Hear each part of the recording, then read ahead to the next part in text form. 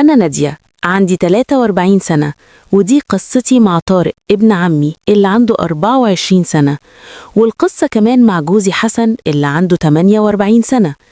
اسمعوا القصة دي كويس علشان محدش يحكم عليا أو على طارق من غير ما يعرف الحقيقة كاملة.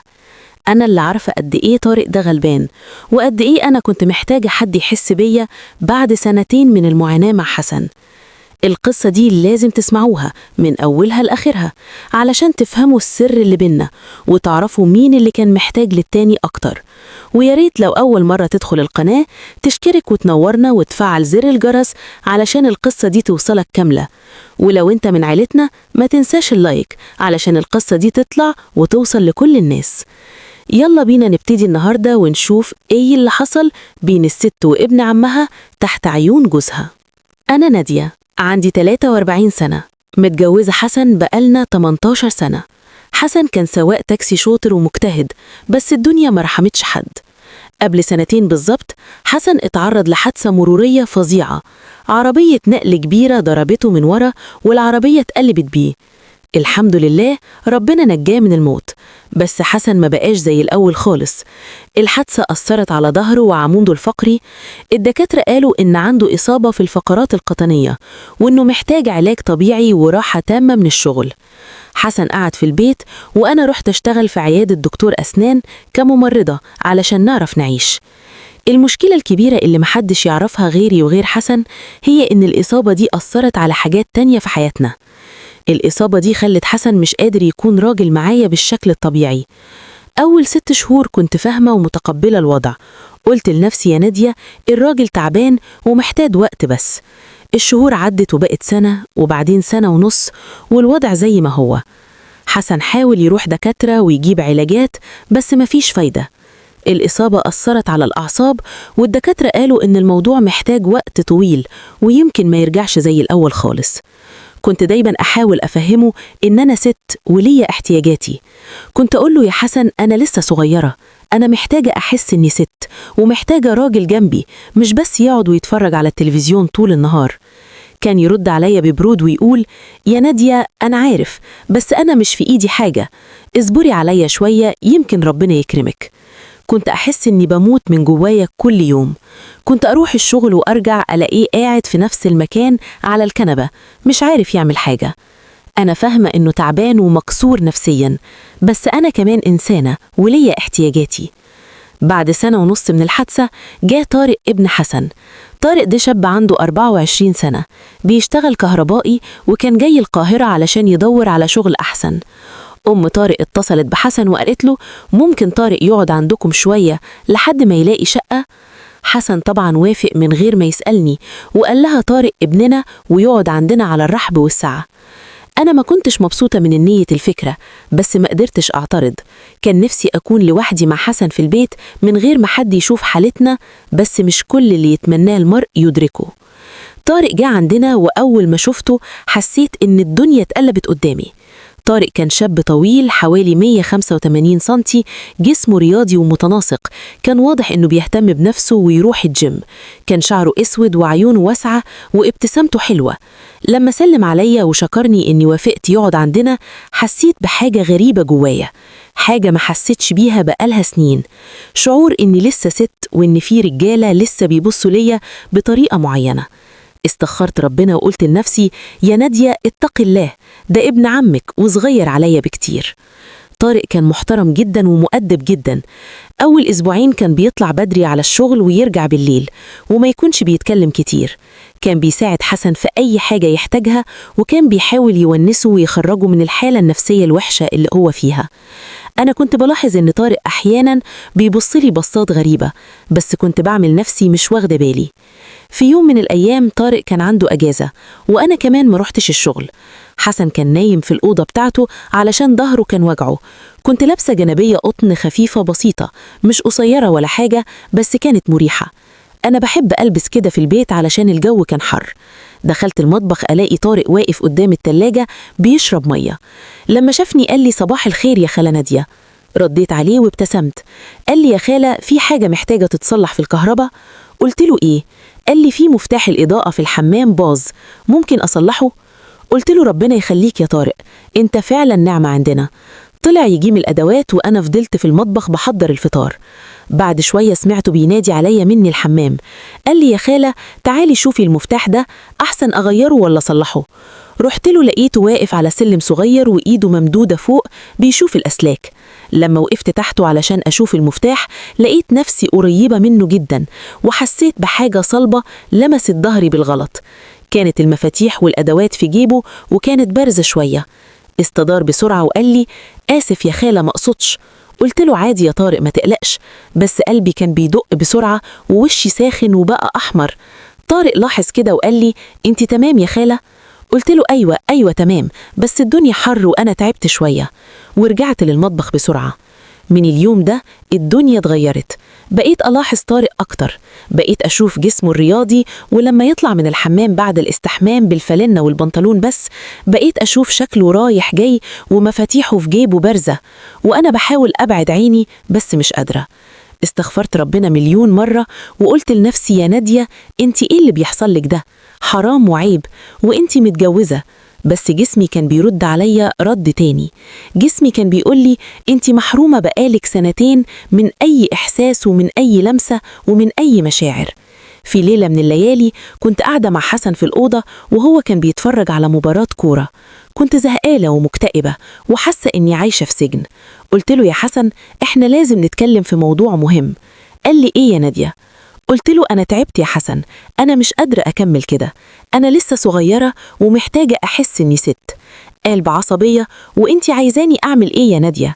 أنا مش في إيدي حاجة، أنا عارف إنك تعبانة بس اصبري عليا شوية يمكن ربنا يكرمك. قلت له يا حسن أنا صبرة بقالي سنتين، أنا بموت من جوايا كل يوم. قال لي طيب انتي عايزة ايه بالظبط؟ عايزاني اطلقك؟ عايزة تروحي تتجوزي واحد تاني؟ سكت شوية وبعدين قال لي بصوت تعرف يا نادية انا فكرت في حاجة. قلت له ايه؟ قال لي انا شايفة ازاي طارق بيبصلك وانا شايفة ازاي انتي بتبصيله. قلبي وقف في مكانه وقلت له انت بتقول ايه يا حسن؟ قال لي انا مش اعمى يا نادية، انا شايف كل حاجة. طارق شاب وقوي وانتي محتاجة حد يحسسك انك ست. ما قدرتش أصدق اللي بسمعه. قلت له أنت بتهزر ولا جنيت؟ قال لي لأ أنا جاد جدا، أنا عارف إن الكلام ده غريب بس أنا بفكر فيه من فترة. أنا مش قادر أكون راضي معاكي وده بيموتني نفسيا، لكن لو أنا شفت إنك مبسوطة وحد تاني بيحسسك إنك ست ده هيريحني أنا كمان. أنا حابة عارف إني على الأقل سبب في سعادتك ولو بطريقة تانية. قلت له يا حسن انت مجنون، ده حرام حرام وعيب، وطارق ده ابن عمك. قال لي انا عارف بس الظروف خلتني افكر كده. انا مش عايزاكي تتطلقي وتمشي، انا عايزاكي تفضلي جنبي، بس عايزاكي تكوني مبسوطة. ما نمتش الليلة دي خالص، فضلت أفكر في الكلام اللي حسن قاله. كان غريب وصادم ومجنون، بس في نفس الوقت كان بيفتح باب أنا حاسة إني عايزة أفتحه بس خايفة. قلت لنفسي يا نادية انت لو عملتي كده هتبقي خاينة وهتبقي عاملة ذنب كبير. بس صوت تاني جوايا كان بيقولي انت محتاجة، وطارق ده راجل ومش هيرفض، ولو حسن موافق يبقى مفيش مشكلة. فضلت أحارب نفسي أيام وأنا في صراع رهيب. في يوم كان حسن عنده موعد في المستشفى للعلاج الطبيعي وأنا ما رحتش معاه علشان عندي شغل في البيت. طارق كان موجود في البيت وكان قاعد في الأوضة بتاعته وبيتفرج على موبايله. كنت لابسة بلوزة وجيبة عادية بس كنت حاطة عطر حلو ومظبطة شعري من غير ما أحس. عملت لنفسي قهوة ورحت أسأله عايز يشرب قهوة. قال لي أيوة يا خالة لو سمحتي. جبت له الكوباية ولما دخلت الأوضة لقيته قاعد على السرير بالبنطلون والفانلة بس. لاحظ إني متظبطة ومتعطرة. قعدت جنبه على كرسي وبدأنا نتكلم في كلام عادي عن الشغل وعن أحوال العيلة. وبعدين سكتنا شوية وحسيت إن الجو بينا بقى تقيل. قلت له يا طارق أنت مبسوط معانا؟ قال لي أيوة يا خالة، أنتي وعمي حسن ناس طيبين جدا ومش هنسى فضلكم عليا أبدا. قلت له إحنا عيلة يا طارق وإنت زي ابننا لازم نساعدك. قال لي ربنا يخليكي يا خالة، أنتي ست محترمة وطيبة قوي. سكت شوية وبعدين قال لي بس يا خالة أنا حاسس إني تقيل عليكي. قلت له لا أبدا يا طارق، أنت منور البيت. قال لي لا أنا حاسس إني بزعجكم وخصوصا إن عمي حسن تعبان ومحتاج راحة. قلت له: يا طارق أنت مش بتزعج حد، أنت بالعكس بتساعدنا كتير. قال لي: بس أنا حاسس إن في حاجة تعباكي يا خالة، أنت مش مبسوطة زي الأول. بصيت له في عينه وحسيت إن دموعي هتنزل. قلت له: الحياة صعبة يا طارق، والواحد بيعدي بظروف. قال لي: أنا عارف إن عمي حسن تعبان وإن الحياة بقت صعبة عليكي. ما قدرتش أتمالك نفسي ودموعي نزلت. قام بسرعة وقعد جنبي على الكرسي وقال لي: يا خالة ما تعيطيش، أنا آسف لو زعلتك. قلت له: لأ يا طارق، أنت ما زعلتنيش، أنا اللي تعبانة نفسيا. مسك إيدي وقال لي: يا خالة لو في حاجة أقدر أساعدك فيها أنا تحت أمرك. بصيت له في عينه ولقيتها بتقول حاجات كتير. لقيت نفسي بقول له: يا طارق أنت راجل وفاهم الرجالة، أنت عارف إن الست لما تبقى محتاجة راجل جنبها وما يبقاش موجود بتحس بإيه؟ سكت وبصلي باستغراب. قلت له: أنا بقالي 2 من غير ما أحس إني ست. حسن جوزي تعبان ومش قادر يكون راجل معايا، أنا بموت من جوايا لما بشوفك رايح جاي في البيت بجسمك القوي وشبابك بحس إني لسه عايزة أعيش. قال لي: يا خالة أنت بتقولي إيه؟ ده حرام. قلت له: أنا عارفة ما حرام، بس أنا تعبت، أنا محتاجة حد يحسسني إني ست ويخليني أنسى الوجع اللي جوايا. طارق كان مصدوم ومش عارف يرد. قلت له: أنت لو مش عايز ما عليك بلاش، أنا أسفة إني قلت كده. وقمت علشان أمشي، مسك إيدي وقال لي: استني يا خالة. قلت له: إيه؟ قال لي: أنا مش رافض، أنا بس خايف، ده عمي حسن وإنتي مراته وأنا ما ينفعش أعمل كده. قلت له: حسن عارف. قال: إزاي؟ قلت: حسن هو اللي قال لي إني لو محتاجة حاجة إني أدور على حل، ولو الحل ده كان إني ألاقي راجل يحسسني إني ست هو مش هيزعل. ما صدقش اللي سمعه. قال لي: عمي حسن قال كده؟ قلت له: أيوة، هو عارف إنه مش قادر يكون راجل معايا وعارف إني تعبانة وبموت نفسيا، علشان كده هو موافق. قال لي: بس ده غريب قوي. قلت له: أنا عارفة، بس دي الحقيقة. طارق فكر شوية وبعدين قال لي: يا خالة أنا مش عارف أقول إيه، أنا فعلا من أول يوم وأنا بحس ناحيتك بمشاعر غريبة. أنتي ست جميلة ومحترمة وجسمك مظبوط، ولما بشوفك بحس إني عايزة أكون قريب منك، بس كنت بستغفر ربنا وبقول لنفسي ده حرام وعيب. قلت له: أنا كمان كنت بحس بنفس الإحساس. قرب مني وبص في عيني وقال لي: يا خالة أنتي متأكدة إن ده اللي أنتي عايزاه؟ قلت له: أيوة، أنا محتاجة أحس إني ست وإن في راجل عايزني. قرب أكتر ومسك إيدي بإيده وبعدين حط إيده على خدي وبدأ يقرب من وشي. قلبي كان هيطلع من صدري من الخوف والشوق مع بعض. لما شفايفه لمست شفايفي حسيت إن الدنيا كلها اتقلبت، حسيت بكهرباء مرت في جسمي كله، حاجة ما حسيتش بيها من سنين. بدأ يبوسني بوسات هادية وحلوة ومش متعجلة، وأنا كنت بستسلم وبحس إني بذوب. كان ماسكني من خصري بإيده القوية، وأنا كنت حاطة إيدي على كتفه وحاسة بعضلاته تحت الفانيلا. فضلنا نبوس دقايق لحد ما ابتعد شوية وقال لي: يا خالة أنتي مش متخيلة، أنا كنت بحلم باللحظة دي من زمان. قلت له: أنا كمان يا طارق، أنا كمان كنت بحلم، بس كنت خايفة. قال لي: ما تخافيش، أنا هخليكي تحسي إنك ست وهخليكي تنسي كل الوجع اللي انتي فيه. رجع يبوسني تاني وبدأ يبوس رقبتي وكتفي، وأنا كنت بتلوى من الإحساس. كان لسانه حلو وشفايفه دافية، وكانت كل بوسة بتحرق جسمي. بدأ جسمي يشيل البلوزة بتاعتي بالراحة، وأنا سبته وهو بيبص لجسمي بشهوة، وقال لي: يا خالة أنت جميلة قوي وجسمك يجنن. قلت له: أنت اللي جسمك يجنن يا طارق. شلت له الفانيلا وشفت صدره العريض المليان عضلات وبطنه المقصمة. حطيت إيدي على صدره وحسيت بحرارة جسمه. مسكني وحملني ونيمني على السرير وقعد جنبي وبدأ يلعب في شعري ويبوسني في كل حتة في وشي وصدري وبطني، وأنا كنت بموت من الإحساس. كنت بصرخ بس بصوت علشان الجيران ما يسمعوش. كل لمسة منه كانت بتولع نار في جسمي، نار كانت مطفية بقالها سنين. قلت له: ياه طارق أنا مش قادرة استحمل. قال لي: استحملي شوية يا حبيبتي، أنا عايزة أخليكي تحسي بكل لحظة. بدأ يشيل باقي الهدوم، ولما بقينا عريانين حسيت بجسمه المشدود على جسمي، وحسيت بالأسلاك بتاعته اللي كانت قوية وكبيرة، أكبر بكتير من حسن. حسيت إن دي هي الكهرباء الحقيقية اللي جسمي كان محتاجها طول السنين دي. قلت له: يا طارق أنا عايزة الكهرباء دي تولع في جسمي كله، عايزة الأسلاك دي توصل لكل حتة فيا. قال لي: ما تقلقيش يا حبيبتي، أنا هوصل لك كهرباء لكل حتة في جسمك. بدأ يدخل الأسلاك في الفيشة بالراحة، وأنا صرخت صرخة مكتومة من الإحساس اللي ما حسيتش بيه من سنين. حسيت إن الكهرباء فعلا رجعت لجسمي، وإن النور ولع في كل حتة. حسيت إني رجعت إنسانة تانية. بدأ يتحرك بالراحة الأول، وبعدين بدأ يزود السرعة شوية، وأنا كنت بتلوى وبقوله زود يا طارق، زود الفولت، عايزة الكهرباء تزيد.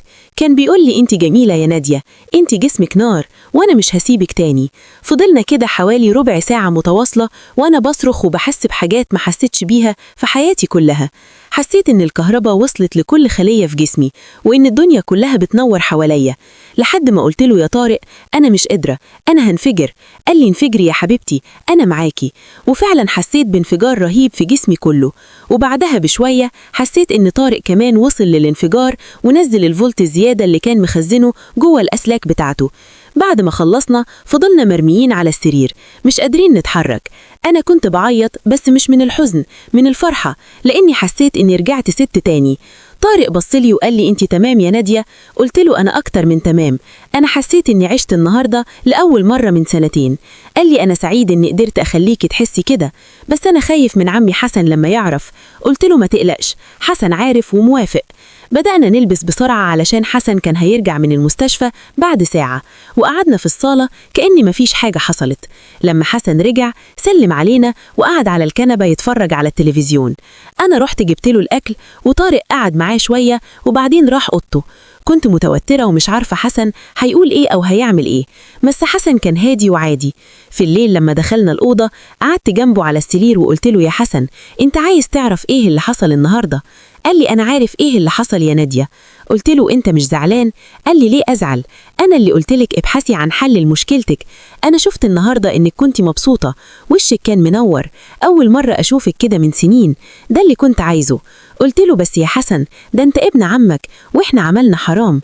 قال لي يا نادية الذنب ده عليا أنا مش عليكي، أنا اللي مش قادر أكون راجل معاكي، وأنا اللي دفعتك لده. أنا بس عايزك تكوني مبسوطة، وده اللي حصل. سكت شوية وبعدين قال لي بصراحة يا نادية أنا لما بتخيل إن في حد تاني بيخليكي مبسوطة وإن أنت بتحسي إنك ست تاني، ده بيحسسني بحاجة غريبة.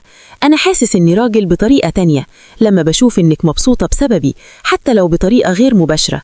قلت له يا حسن أنت بتقول إيه؟ أنت عايزني أكمل مع طارق؟ قال لي أيوة، أنا عايزك تكوني مبسوطة، وطارق شاب طيب ومحترم، وهو كمان محتاج وإنت كمان محتاجة. ليه نحرم نفسنا من السعادة علشان عادات وتقاليد الناس؟ إحنا حرين في حياتنا. من اليوم ده الوضع اتغير خالص. طارق بقى جزء من حياتنا بشكل أعمق. أنا كنت بروح الشغل وارجع ألاقيه مستنيني، وبمجرد ما حسن ينام أو يروح يتعالج كنا بندخل الأوضة ونقفل الباب. وطارق كان بيوصل الكهرباء لجسمي كل مرة بشكل أقوى وأحلى. كان بيعرف جسمي كويس وبيعرف أماكن الفيش الحساسة وكان بيلعب بيها بمهارة. في مرة من المرات كنا في أوضة طارق وأنا فوق وبتحرك والدنيا كانت حلوة قوي. فجأة سمعنا صوت الباب بيتفتح وقلبي وقف. أنا لفيت لقيت حسن واقف عند الباب ومتكئ على العكاز بتاعه. أنا اتجمدت في مكاني، وطارق اتخض قوي وقال لي يا خالة عمي حسن شافنا، إحنا خلصنا. بس حسن ابتسم وقال لنا كملوا، انتوا إيه اللي وقفكوا؟ أنا بس جاي أشوف الكهرباء شغالة صح ولا لأ. ما قدرتش أصدق اللي بسمعه. قال لي يا نادية انت خايفة ليه؟ أنا موافق وعايزك تكوني مبسوطة، يلا كملي وأنا أقعد هنا أتفرج علشان أشوف الكهرباء بتشتغل إزاي. أنا من زمان عايزة أشوف شغل كهربائي محترف زي طارق. قعد على الكرسي اللي جنب السرير وقال لنا يلا كملوا وما تخافوش أنا معاكم. أنا كنت في حالة صدمة، بس في نفس الوقت حسيت بإثارة غريبة إن حسن عايز يتفرج علينا. طارق كان متردد شوية، بس أنا بصيت له وقلت له كمل يا طارق وخلي عمك يشوف شغلك. طارق رجع يتحرك بالراحة وبعدين بدأ يزود السرعة، وأنا بدأت أصرخ أعلى من الأول. حسن كان قاعد يتفرج ويقول يلا يا طارق زود الفولت، شغل الأسلاك صح، ورينا شغلك يا معلم.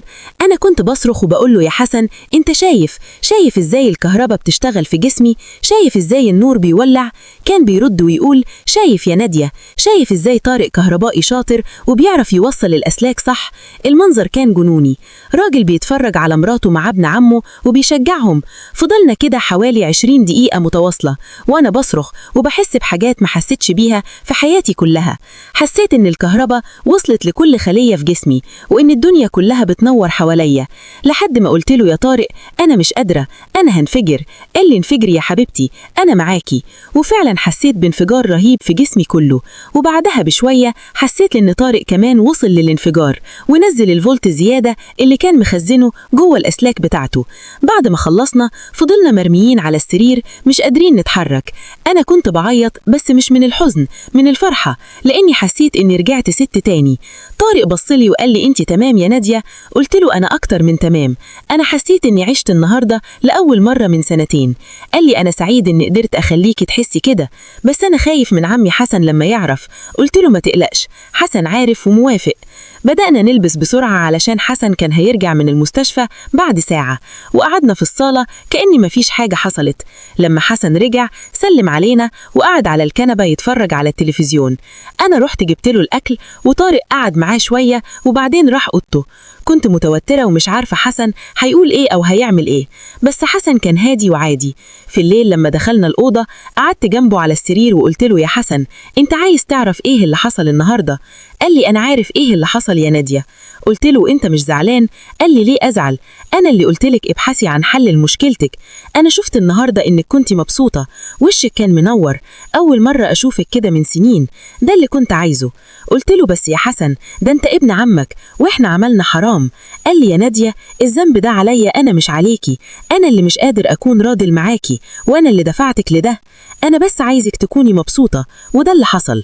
سكت شوية وبعدين قال لي بصراحة يا نادية أنا لما بتخيل إن في حد تاني بيخليكي مبسوطة وإن أنتي بتحسي إنك ست تاني، ده بيحسسني بحاجة غريبة.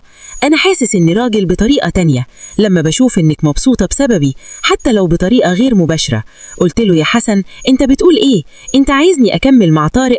قال لي أيوة، أنا عايزك تكوني مبسوطة، وطارق شاب طيب ومحترم وهو كمان محتاج وإنتي كمان محتاجة. ليه نحرم نفسنا من السعادة علشان عادات وتقاليد الناس؟ إحنا حرين في حياتنا. من اليوم ده الوضع اتغير خالص، طارق بقى جزء من حياتنا بشكل أعمق. أنا كنت بروح الشغل وأرجع ألاقيه مستنيني، وبمجرد ما حسن ينام أو يروح يتعالج كنا بندخل الأوضة ونقفل الباب، وطارق كان بيوصل الكهرباء لجسمي كل مرة بشكل أقوى وأحلى. كان بيعرف جسمي كويس وبيعرف أماكن الفيش الحساسة وكان بيلعب بيها بمهارة. في مرة من المرات كنا في أوضة طارق وأنا كنت فوق وبتحرك والدنيا كانت حلوة قوي. فجأة سمعنا صوت الباب بيتفتح وقلبي وقف. أنا لفيت لقيت حسن واقف عند الباب ومتكئ على العكاز بتاعه. أنا اتجمدت في مكاني وطارق اتخض قوي وقال لي يا خالة عمي حسن شافنا، احنا خلصنا. بس حسن ابتسم وقال لنا كملوا، انتوا ايه اللي وقفكوا؟ أنا بس جاي أشوف الكهرباء شغالة صح ولا لأ. ما قدرتش أصدق اللي بسمعه. قال لي يا نادية انت خايفة ليه؟ أنا موافق وعايزك تكوني مبسوطة، يلا كملي وأنا هقعد هنا اتفرج علشان أشوف الكهرباء بتشتغل ازاي. أنا من زمان عايزة أشوف شغل كهربائي محترف زي طارق. قعد على الكرسي اللي جنب السرير وقال لنا يلا كملوا وما تخافوش أنا معاكو. أنا كنت في حالة صدمة، بس في نفس الوقت حسيت بإثارة غريبة إن حسن عايز يتفرج علينا. طارق كان متردد شوية بس أنا بصيت له وقلت له كمل يا طارق وخلي عمك يشوف شغلك. طارق رجع يتحرك بالراحة وبعدين بدأ يزود السرعة وأنا بدأت أصرخ أعلى من الأول. حسن كان قاعد بيتفرج وبيقول يلا يا طارق زود الفولت، شغل الأسلاك صح، ورينا شغلك يا معلم. أنا كنت بصرخ وبقول له يا حسن انت شايف ازاي الكهرباء بتشتغل في جسمي؟ شايف ازاي النور بيولع؟ كان بيرد ويقول شايف يا نادية، شايف ازاي طارق كهربائي شاطر وبيعرف يوصل للأسلاك صح. المنظر كان جنوني، راجل بيتفرج على مراته مع ابن عمه وبيشجعهم. فضلنا كده حوالي 20 دقيقة وحسن طول الوقت بيشجع طارق ويقول له زود يا طارق، أنا عايزة أشوف نادية مبسوطة، عايزة أشوف الكهرباء توصل لكل حتة في جسمها. طارق كان بيزود السرعة وأنا كنت بصرخ وبقول له يا طارق أنا هنفجر، أنا مش قادرة. حسن قال له يلا يا طارق خليها تنفجر، وريني شغلك، الكهرباء لازم توصل لأعلى درجة. وفعلا حصل الانفجار وأنا صرخت صرخة عالية وطارق نزل كل الفولت الزيادة في جسمي وأنا حسيت إن الدنيا كلها بتدور بيا. بعد ما خلصنا رحت لحسن وقعدت جنبه وقلت له شفت يا حسن، شفت إزاي الكهربائي الشاطر بيشتغل؟ قال لي شفت يا نادية، وأنا فخور إن عندنا كهربائي محترف زي طارق في البيت، دي نعمة من ربنا. طارق كان تعبان ومحرق شوية بس أنا قلت له يا طارق أنت فعلا معلم كبير وعارف تشتغل صح، ربنا يخليك لينا. من اليوم ده الوضع بقى عادي جدا، كنت بدخل مع طارق الأوضة وحسن يكون عارف، وساعات يجي يتفرج علينا وساعات يسيبنا لوحدنا. كان بيقول لي إن ده بيحسسه إنه راجل بطريقة تانية، إنه لسه قادر يخلي مراته مبسوطة حتى لو مش بإيده هو، بس بعقله وبموافقته. أنا كنت مبسوطة وحسيت إن حياتي رجعت لي تاني، حسيت إني رجعت ست عندها قيمة ومحتاجة، بس الوضع ما استمرش كتير. بعد 3 شهور طارق لقى شقة وقرر يمشي. أنا حزنت قوي وحسيت إن الكهرباء هتنقطع تاني من حياتي، بس طارق قال لي يا خالة نادية، انت فاكرة إني هسيبك كده؟ أنا هفضل جنبك، وكل ما تحتاجي الكهرباء تتصلح في البيت أنا هاجي وصلحها، ما تقلقيش. حسن كمان قال له يا طارق، انت كهرباء البيت بتاعنا ولازم تفضل موجود علشان الكهرباء ما تنقطعش أبدا. طارق مشي لشقته، بس كان بيجي كل 2-3 علشان يصلح الكهرباء، وأنا كنت بستناه وبيتصل بيه لما الكهرباء تضعف أو تبوظ. كان بيجي بسرعة ومعاه الأدوات ويصلح كل حاجة، وحسن كان مبسوط ومرتاح إنه لسه قادر يخلي مراته مبسوطة. دلوقتي وأنا بحكي لكم القصة دي بعد سنة من بداية الحكاية، أنا لسه بستناه طارق كل ما الكهرباء تبوظ وهو بيجي ويصلحها. أنا عارفة إن اللي عملته ده غلط وحرام، وإن ربنا مش هيسامحني بسهولة، بس أنا كنت محتاجاه وما قدرتش أقاوم. أنا عارفة إن طارق كان ضحية لظروفي أنا وحسن، هو شاب لسه صغير وكان ممكن يعيش حياته عادي، لكن إحنا استغلينا احتياجه وشبابه علشان نحل مشاكلنا. حسن هو اللي كان السبب الأساسي في كل ده، هو اللي شجعني وقال لي دوري على حل، وهو اللي كان بيتفرج علينا وبيستمتع بالمنظر ده. أنا مش بقول إني بريئة، أنا كمان غلطانة لأني وافقت وإني استسلمت لشهوتي ولاحتياجي، بس حسن هو اللي فتح الباب ده وخلاني أدخل فيه. أنا دلوقتي بفكر أطلق حسن وابعد عن الحياة دي كلها، عايزة أتوب وارجع لربنا ولاقي راجل أتجوزه في الحلال وأعيش حياة طبيعية بعيدة عن الخطايا دي.